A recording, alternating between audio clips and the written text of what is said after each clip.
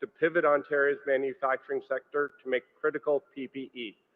3S rapidly deployed our engineering team with 35 years of custom design and manufacturing experience to develop real-world solutions to the global pandemic, including the 3S Smart Mask. The prototypes you see today are the combined effort of an exclusively Ontario-based design, development, supply, and manufacturing team. We are committed to overcoming mask fatigue syndrome. People need a cool, consistent, and comfortable mask that allows them to work, play, learn, live, and breathe safely. Smart Safe Science has just delivered that, and we started right here at home in Bracebridge, Muskoka. We are committed to building our local economy and making our world a safer place. I want to thank the Premier, Minister Fedeli, and our local mayors for joining us today on this special occasion. To tell us more on why we're here, it's my honor and pleasure to introduce the Premier of Ontario, the Honourable Doug Ford. Thank you. And Andrew, thank you so much for that warm welcome and the great team you have from 3S right here in Bracebridge. Well, good afternoon, everyone. Before I begin, I have to say, every time I come to Bracebridge and Gravenhurst, you roll out the red carpet, and I'm so grateful for that. The people are friendly, and the communities are just absolutely beautiful, as many of you know when you come up here. If you do get a chance, please come up here and visit and support your local businesses right here in Muskoka. I'm excited to be here with Minister Fedeli, our All-Star Economic Development Minister, and it's great to see my friend, the Mayor of Bracebridge, Graydon Smith, who's the incoming president of AMO. Muskoka District Chair, John Klink, great to see you as well, John, and as well as Gravenhurst Mayor, Paul Kelly. Our mayors are absolute champions up here. They work so well together, and I'm just so proud of each and every one of you for the job you've done. And I also want to recognize my parliamentary assistant and local champion for Parry Sound, Muskoka, MPP Norm Miller.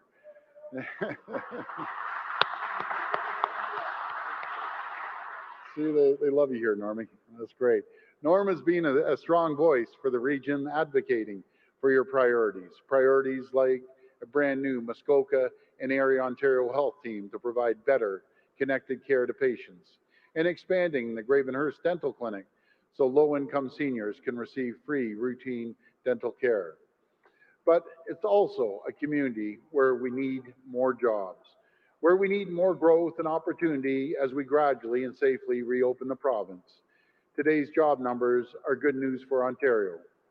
We're in the third straight month of employment growth. 142,000 more jobs have been added. That's 142,000 more people are back to work and supporting themselves and their families, including over 12,000 jobs in our manufacturing sector. That's over 670,000 jobs in total over the last 3 months that we've been added back to our economy. But my friends, we still have a long ways to go. And we have to keep that recovery going. We have a plan, a Made in Ontario plan for growth, renewal, and long-term economic recovery. And it starts with helping Ontario businesses seize the opportunities that exist in this new environment, to find better ways to do things, to make sure we are never caught in a situation again where we don't have the critical supplies we need to keep our frontline workers safe, and make sure that we always have abundance of supply. And I can tell you, I always said, folks, I'll never rely on a foreign leader, a foreign country to dictate to the people of Ontario or Canada about PPE. And that's exactly.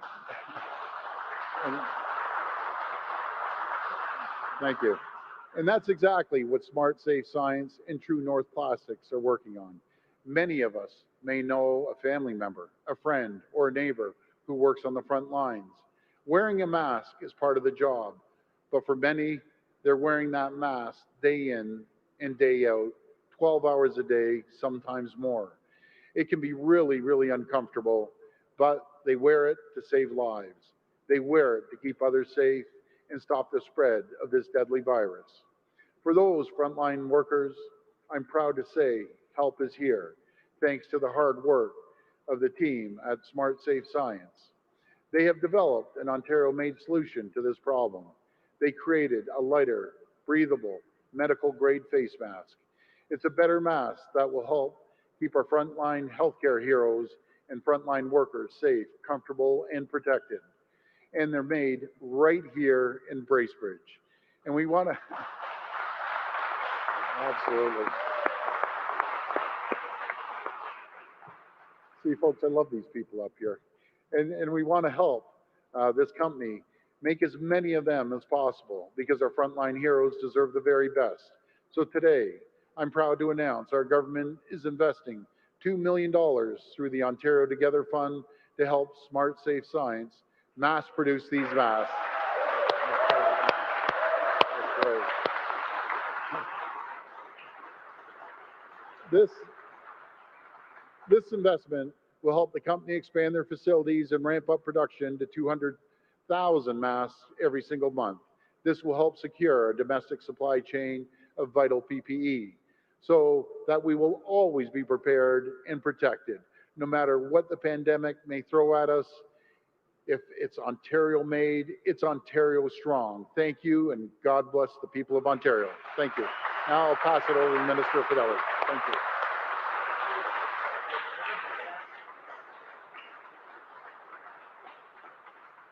Thank you, everyone, for being here. Thank you, Premier, for your ongoing leadership throughout this pandemic. And thank you to Smart Safe Science for hosting us in your new facility here today.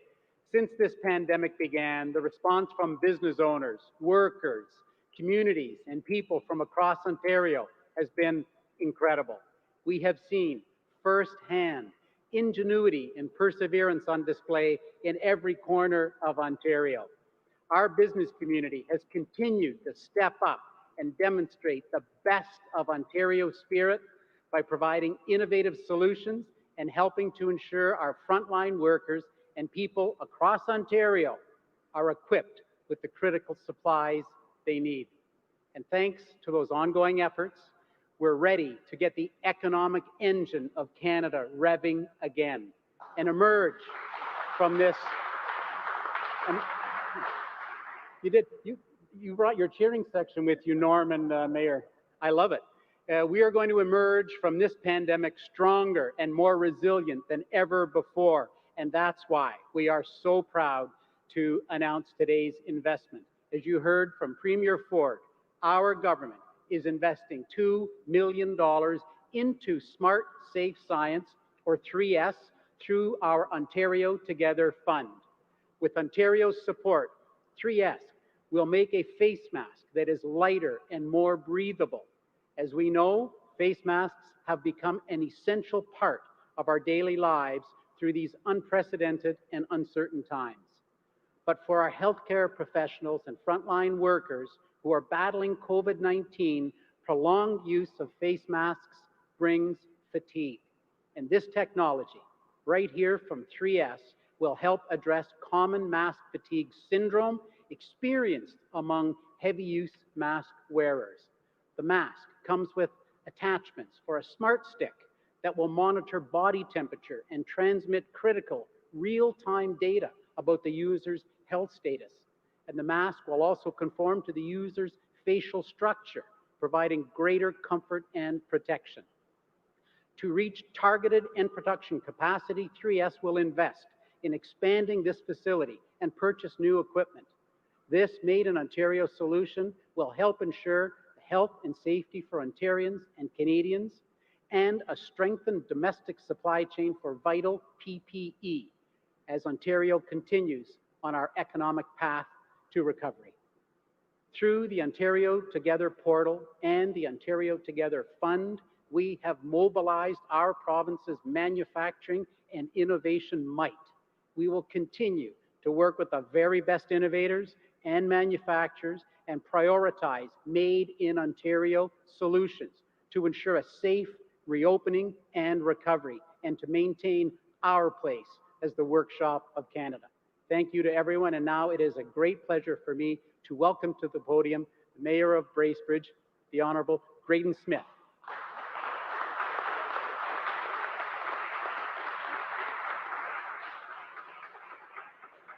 Well, good afternoon, everybody. It's my pleasure to be here. It's my pleasure to welcome the Premier, Minister Fedeli, MPP Miller to Bracebridge, and all those that are gathered here today for this fantastic announcement. I just want to take a moment and make a few remarks about the Struthers family. Through their business, True North Printed Plastics, they've been an integral part of the Bracebridge business community for almost a decade, and they put many people to work revitalizing a town that was suffering after the 2008 economic crisis. They continue to think in ways that are innovative, community-minded, and frankly, with solutions that are helping more than just the people in Bracebridge, as we've heard today. To the Struthers family, thank you for your investment in this community and your investment in the people of Ontario. And to the Government of Ontario, thank you for the investment in 3S, which is going to create many jobs here in Bracebridge and be a solution for many people, including our frontline workers in Ontario. So thank you very much, and it's wonderful to have you here today.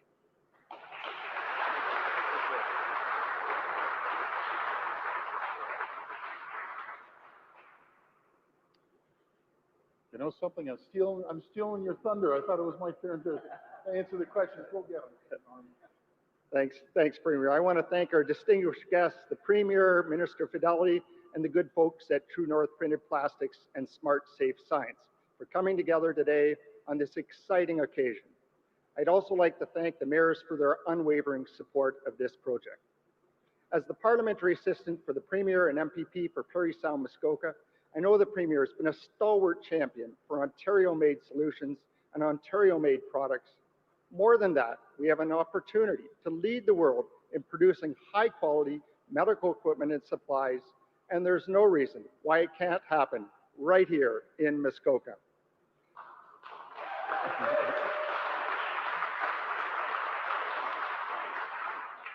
Not only will we have made in Ontario medical equipment, we will have the benefit of 50 great new jobs right here. Our government will continue to make these strategic investments and support Ontario businesses who have answered the call and joined us in the fight against COVID-19. Thank you everyone for coming today, and I hope to see you, Premier and Minister Fedeli, back in my home riding very soon. Thank you.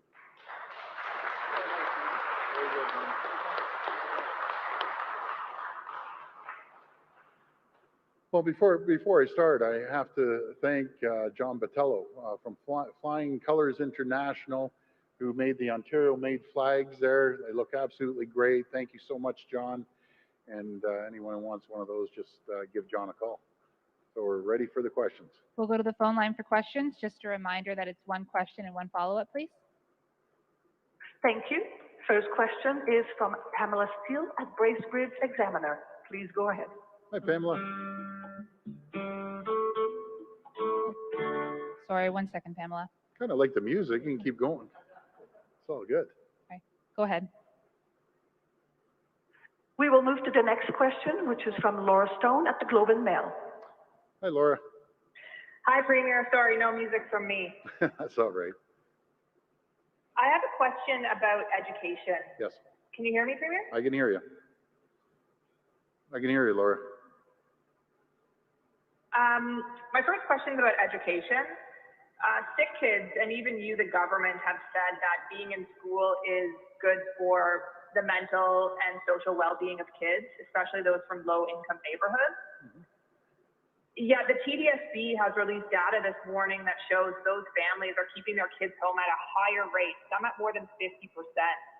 So why hasn't your government done enough to make these families feel safe about a return to the classroom? Wow, I totally disagree with that last comment there, Laura. Why haven't we? We've spent $1.6 billion.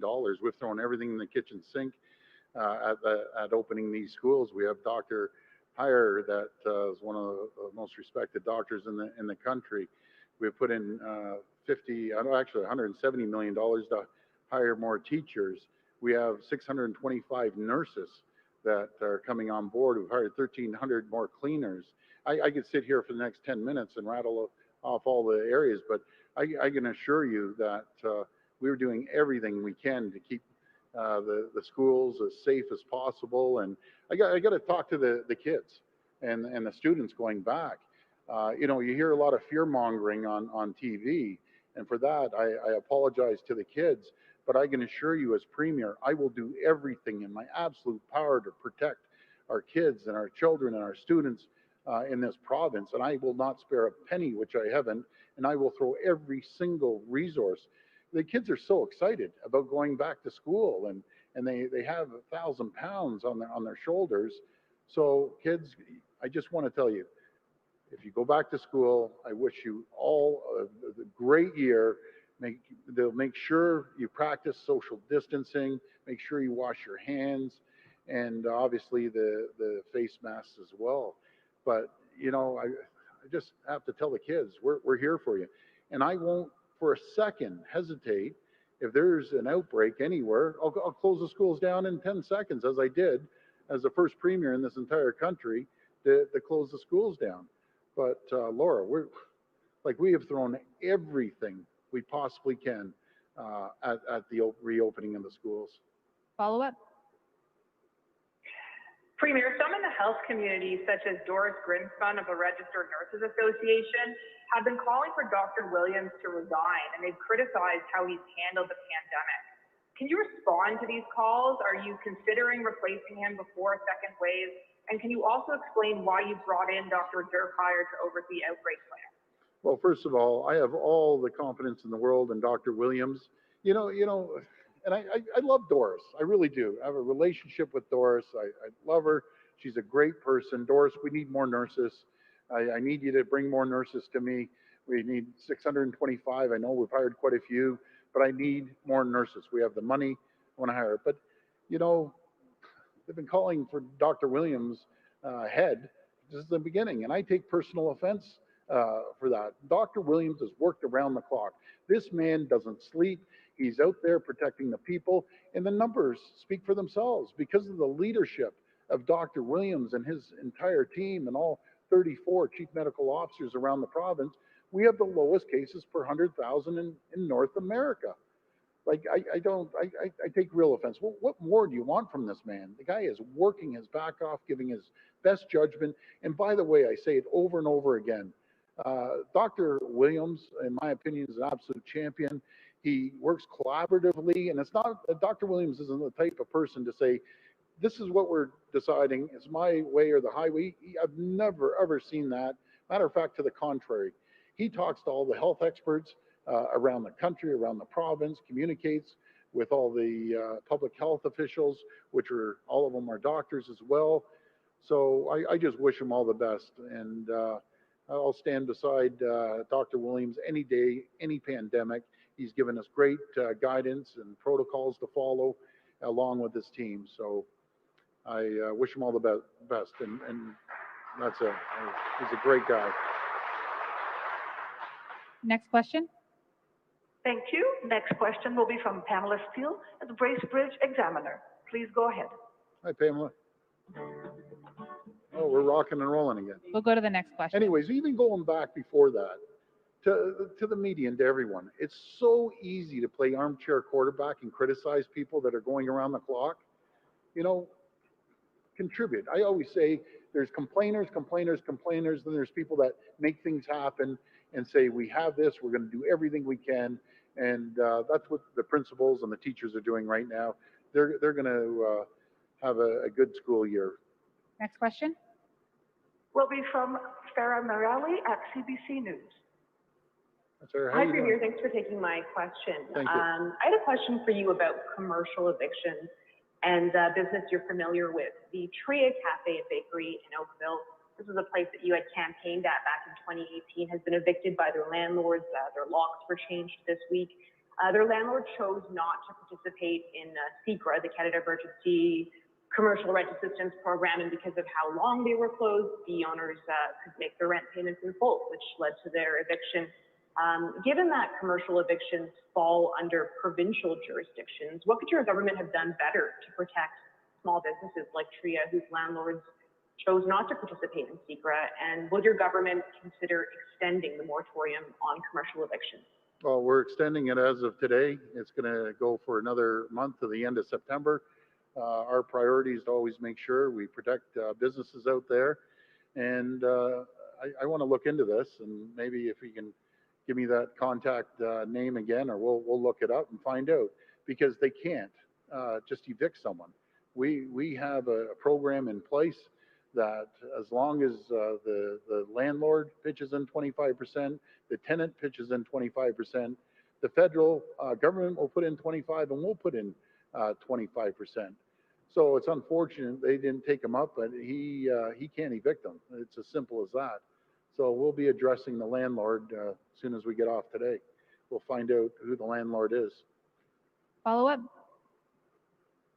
Just pivoting now to something a little bit different, a question from a colleague of mine about the COVID alert app. Ontario, as you know, was the first province to adopt this app, and that was more than a month ago. Since then, the only province to join on is Newfoundland and Labrador. So what's your message to other provinces and territories? Why do you think it's taking them so long to join on? Well, I believed in the conversation at our COF meetings and over when we got together just a couple days ago. I believed everyone was on board. I encourage all the premiers, get on board with it. It protects our provinces, protects the country. And there's I believe over 2 million, it's probably higher by now, but over 2 million people with the apps. It just makes us a lot safer. So I'll have to talk to the other premiers again and find out what the issue is. Next question. Will be from Lucas Meyer at Newstalk 1010. Please go ahead. Hi, Lucas. Thank you very much. Hi, Premier. In terms of, I know you spoke earlier this morning with Bill Carroll about the situation going on in Peel. And I'm just wondering, since then, if you've had a chance to speak even more with the health table, and you've often said, you know, everything is on the table, but in terms of the possibility of lifting restrictions, is it more than just off the table, or is this something that you are, you know, seriously discussing about Peel specifically? Well, I'm really concerned about what is happening in Brampton. I gave the mayor 3 calls this morning. I haven't, and then by the way, it's no offense, Patrick's doing a great job, but I couldn't leave a voicemail. But Patrick, you're listening. I need to talk to you, find out what's happening out there. We can send in mobile units, because I'm really concerned when Brampton makes up 3% of the population and represents 40% of the cases yesterday.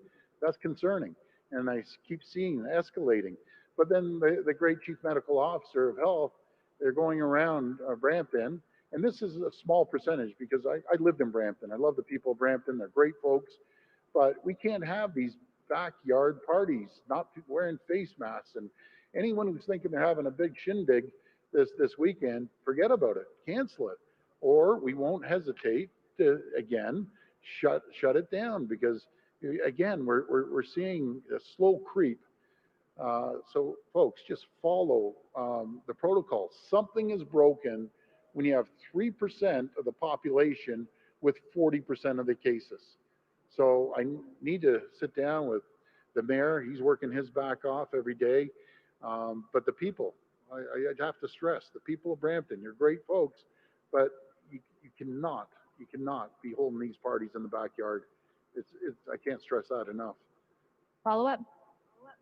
Since these are connected to backyard parties, have you heard anything unique about them? Is there any, like, I don't know, is there any evidence of people, you know, sharing drinks, sharing marijuana? Is there anything like that you have any evidence of that's anything unique about these? Well, they shouldn't be sharing anything. I don't care if it's those doobies, joints, whatever you want to call them, or drinks or anything. Just don't share them. Simple.